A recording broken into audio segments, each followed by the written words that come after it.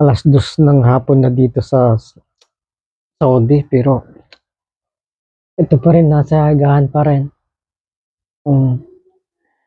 Oh, katamad bumangon.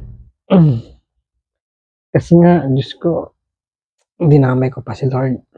Ano po, malamig. Ang sarap, ang gandang maghilata-hilata sa sa higaan, lamig, sarap. At ang ganda matulog. Nga lang hindi pipili. Kasi nga, kahit day off na yon, kailangan maglaba. Maraming labahan. Ayan ang labahan. Naka na. Tambak. Yan talaga sa yung bahay namin ay tirahan. Kalat. Ito sa buhay, buhay Saudi.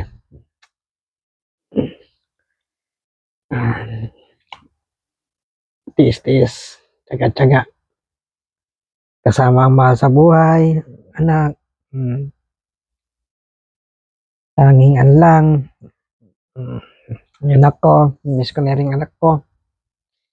Ilang taon na rin di ko nakakasama. Bihira kami magkausap.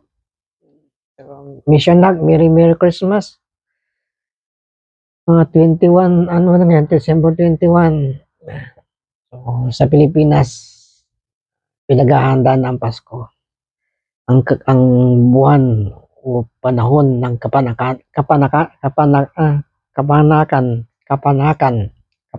o kapanakan, araw ng birthday ng ating Panginoon Hesus Kristo. Kapanakan na.